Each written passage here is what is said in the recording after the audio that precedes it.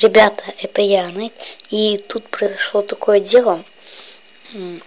Мы после того, как у нас потух костер, слезли из гаража и